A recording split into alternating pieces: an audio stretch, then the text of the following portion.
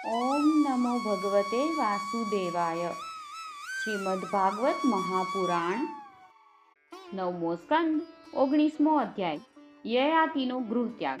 શ્રી સુખદેવજી કહે છે, પરીક્ષિત, રાજા યયાતિ આ પ્રમાણે સ્ત્રીને વશ થઈને વિષયોનો ઉપભોગ કરતા રહ્યા. એક દિવસ જ્યારે પોતાના અધઃપતન તરફ દ્રષ્ટિ ગઈ ત્યારે તેમને તીવ્ર વૈરાગ્ય થયો અને તેમણે પોતાની પ્રિય પત્ની દેવયાનીને આ કથા કહી. ભૃગુનંદિની, તું આ કથા સાંભળ. સંસારમાં મારા જેવા જ વિષયીનો આ સત્ય ઇતિહાસ છે. આવા જ ગ્રામવાસી વિષયી પુરુષોના સંબંધમાં વનવાસી જીતેન્દ્રિય પુરુષો દુઃખ સાથે વિચાર કર્યા કરે છે કે આમનું કલ્યાણ કઈ રીતે થશે. એક બકરો વનમાં પોતાની પ્રિય વસ્તુની શોધમાં વિચરતો હતો. તેણે જોયું કે પોતાના કર્મવશ એક બકરી કૂવામાં પડી ગઈ છે. બકરો અત્યંત કામી હતો. તે વિચારવા લાગ્યો કે આ બકરીને કઈ રીતે કૂવામાંથી બહાર કાઢી શકાય. તેણે પોતાના શિંગડાની અણીથી કૂવા પાસેની ધરતી ખોદી કાઢી અને કૂવામાંથી બહાર નીકળવાનો માર્ગ કર્યો. જ્યારે તે સુંદર બકરી કૂવામાંથી બહાર નીકળી તો તેણે તે બકરા સાથે પ્રેમ કરવાનો નિશ્ચય કર્યો. તે દાઢી મૂછવાળો બકરો, શરીરે ઘણો જ હૃષ્ટપુષ્ટ, જુવાન અને બકરીઓને સુખ આપનારો, વિહાર કુશળ અને પ્રિય હતો. જ્યારે બીજી બકરીઓએ જોયું કે કૂવામાં પડી ગયેલી બકરીએ તેને પોતાનો પ્રેમ પાત્ર બનાવી દીધો છે ત્યારે તેમણે પણ તેને જ પોતાનો પતિ બનાવી દીધો. તે તો પહેલેથી જ પતિની શોધમાં હતી. તે બકરાના માથા ઉપર કામરૂપ પિશાચ સવાર થઈ ગયો હતો. તે એકલો જ ઘણી બધી બકરીઓ સાથે વિહાર કરવા લાગ્યો અને પોતાની તમામ સુધબુધ ખોઈ બેઠો. જ્યારે તેની કૂવામાંથી નીકળેલી પ્રિયતમા બકરીએ જોયું કે મારો પતિ તો પોતાની બીજી પ્રિયતમા બકરી સાથે વિહાર કરી રહ્યો છે ત્યારે તેનાથી બકરાનું આ કૃત્ય સહન ન થયું. તેણે જોયું કે આ તો બહુ કામી છે. આના પ્રેમનો કોઈ ભરોસો નથી અને આ મિત્રના રૂપમાં શત્રુનું કામ કરી રહ્યો છે. તેથી તે બકરી આ ઇન્દ્રિયોના ગુલામ બકરાને છોડીને બહુ દુઃખ સાથે પોતાના પાલક પાસે ચાલી ગઈ. તે રાખ કામી બકરો તેને મનાવવા માટે મેં કરતો તેની પાછળ ચાલ્યો, પરંતુ તેને રસ્તામાં મનાવી શક્યો નહીં. તે બકરીનો પાલક એક બ્રાહ્મણ હતો. તેણે ક્રોધમાં આવીને બકરાના લટકી રહેલા અંડકોશને કાપી નાખ્યો, પરંતુ પછીથી તે બકરીનું જ હિત કરવા માટે ફરીથી તેને જોડી પણ દીધો. તે બ્રાહ્મણ આવા અનેક ઉપાયોનો જાણકાર હતો. સ્ત્રીએ આ પ્રમાણે અંડકોશ જોડાઈ જતા તે બકરો ફરીથી તે કૂવામાંથી નીકળેલી બકરી સાથે ઘણા સમય સુધી વિષય ભોગ કરતો રહ્યો, પરંતુ આજ સુધી તેને સંતોષ થયો નહીં. સુંદરી, મારી પણ આ જ દશા છે. તારા પ્રેમ પાશમાં બંધાઈને હું અત્યંત રાંક બની ગયો છું. તારી માયાથી મોહિત થઈને હું મારી જાતને પણ ભૂલી ગયો છું. પ્રિયે, પૃથ્વીમાં જેટલા પણ અન્નકણ, સુવર્ણ, પશુઓ અને સ્ત્રીઓ છે તે બધા મળીને પણ તે પુરુષને સંતુષ્ટ નથી કરી શકતા જે કામના અને તૃષ્ણાઓથી ઘેરાયેલો છે. વિષય ભોગવવાથી ભોગ વાસના ક્યારેય શાંત થઈ શકતી નથી, બલકે જેમ ઘીની આહુતિ આપવાથી અગ્નિ વધારે પ્રજ્વલિત થાય છે તે જ પ્રમાણે ભોગ વાસનાઓ પણ ભોગોથી પ્રબળ બની જાય છે. જ્યારે મનુષ્ય કોઈ પણ પ્રાણી અને કોઈ પણ પદાર્થની સાથે રાગદ્વેષનો ભાવ નથી રાખતો ત્યારે તે સમદર્શી બની જાય છે તથા તેના માટે બધી દિશાઓ સુખદાયી બની જાય છે.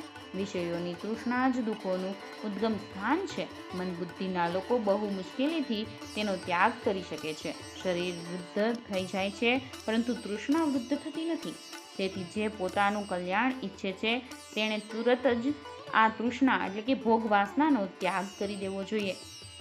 વધારે તો શું, પોતાની મા, બહેન અને પુત્રી સાથે પણ એકલા એક આસન પર સ્પર્શ થાય એ રીતે બેસવું ન જોઈએ. ઇન્દ્રિયો એટલી બળવાન છે કે તે મોટા વિદ્વાનોને પણ વિચલિત કરી દે છે. વિષયોનું વારંવાર સેવન કરતા કરતા મારા 1000 વર્ષ પૂરા થઈ ગયા છતાં પણ ક્ષણે ભોગોની તૃષ્ણા વધતી જાય છે. તેથી હવે હું ભોગોની વાસના તૃષ્ણાનો પરિત્યાગ કરીને મારું અંતઃકરણ પરમાત્માને સમર્પિત કરી દઈશ અને ઠંડી, ગરમી, સુખ, દુઃખ વગેરે દ્વંદ્વોથી ઉપર ઉઠીને અહંકારથી મુક્ત થઈને હરણાઓની સાથે વનમાં વિચરણ કરીશ. લોક પરલોક બંનેના ભોગો અસત છે એવું સમજીને ન તો તેનું ચિંતન કરવું જોઈએ અને ન ભોગ કરવા જોઈએ. એવું સમજવું જોઈએ કે ભોગોના ચિંતનથી જ જન્મ મૃત્યુ રૂપી સંસારની પ્રાપ્તિ થાય છે અને સંસારના ભોગોથી તો આત્મનાશ થઈ જાય છે. વાસ્તવમાં આ રહસ્યને જાણીને આ ભોગોનો ત્યાગ કરનાર જ આત્મજ્ઞાની છે. પરીક્ષિત, યયાતિએ પોતાની પત્નીને આ પ્રમાણે કહીને પુરુની જુવાની તેને પાછી આપી દીધી અને પોતાની વૃદ્ધાવસ્થા પાછી લઈ લીધી, કારણ કે હવે તેમના ચિત્તમાં વિષય વાસના નામશેષ થઈ ગઈ હતી. ત્યાર પછી તેમણે દક્ષિણ પૂર્વ દિશાનું દ્રુહ્યુને, દક્ષિણનું યદુને, પશ્ચિમનું તુર્વસુને અને ઉત્તરનું રાજ્ય અનુને આપી દીધું. સંપૂર્ણ ભૂમંડળની તમામ સંપત્તિઓ માટે યોગ્યતમ પાત્ર એવા પુરુને પોતાની રાજગાદી પર અભિષેક કરી તથા મોટા ભાઈઓને તેમના આધીન બનાવીને તેઓ વનમાં ચાલ્યા ગયા. જોકે યયાતિ રાજાએ ઘણા વર્ષો સુધી ઇન્દ્રિયો દ્વારા વિષય સુખ ભોગવ્યું, પરંતુ જેમ પાંખો આવી જતા પક્ષી પોતાના માળો છોડી દે છે તે જ પ્રમાણે તેમણે ક્ષણ માત્રમાં બધું જ છોડી દીધું. વનમાં જઈને રાજા યયાતિએ તમામ આસક્તિઓથી મુક્તિ મેળવી લીધી. આત્મ સાક્ષાત્કાર દ્વારા તેમનું ત્રિગુણમય લિંગ શરીર નષ્ટ થઈ ગયું. તેમણે માયા મળથી રહિત પરબ્રહ્મ પરમાત્મા વાસુદેવમાં લીન થઈને તે ભાગવતી ગતિ પ્રાપ્ત કરી, જે મોટા મોટા ભગવાનના પ્રેમી સંતોને પ્રાપ્ત થાય છે.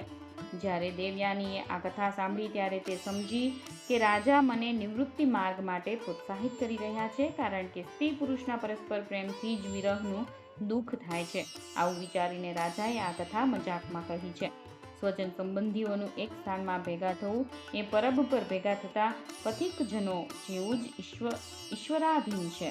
આ બધો ભગવાનની માયાનો ખેલ છે અને સ્વપ્ન જેવો છે એવું સમજીને દેવયાનીએ સર્વ પદાર્થોમાંથી આસક્તિ છોડી દીધી અને પોતાના મનને ભગવાન શ્રી કૃષ્ણમાં તન્મય કરીને બંધનનું કારણ એવા લિંગ શરીરનો પરિત્યાગ કરી દીધો.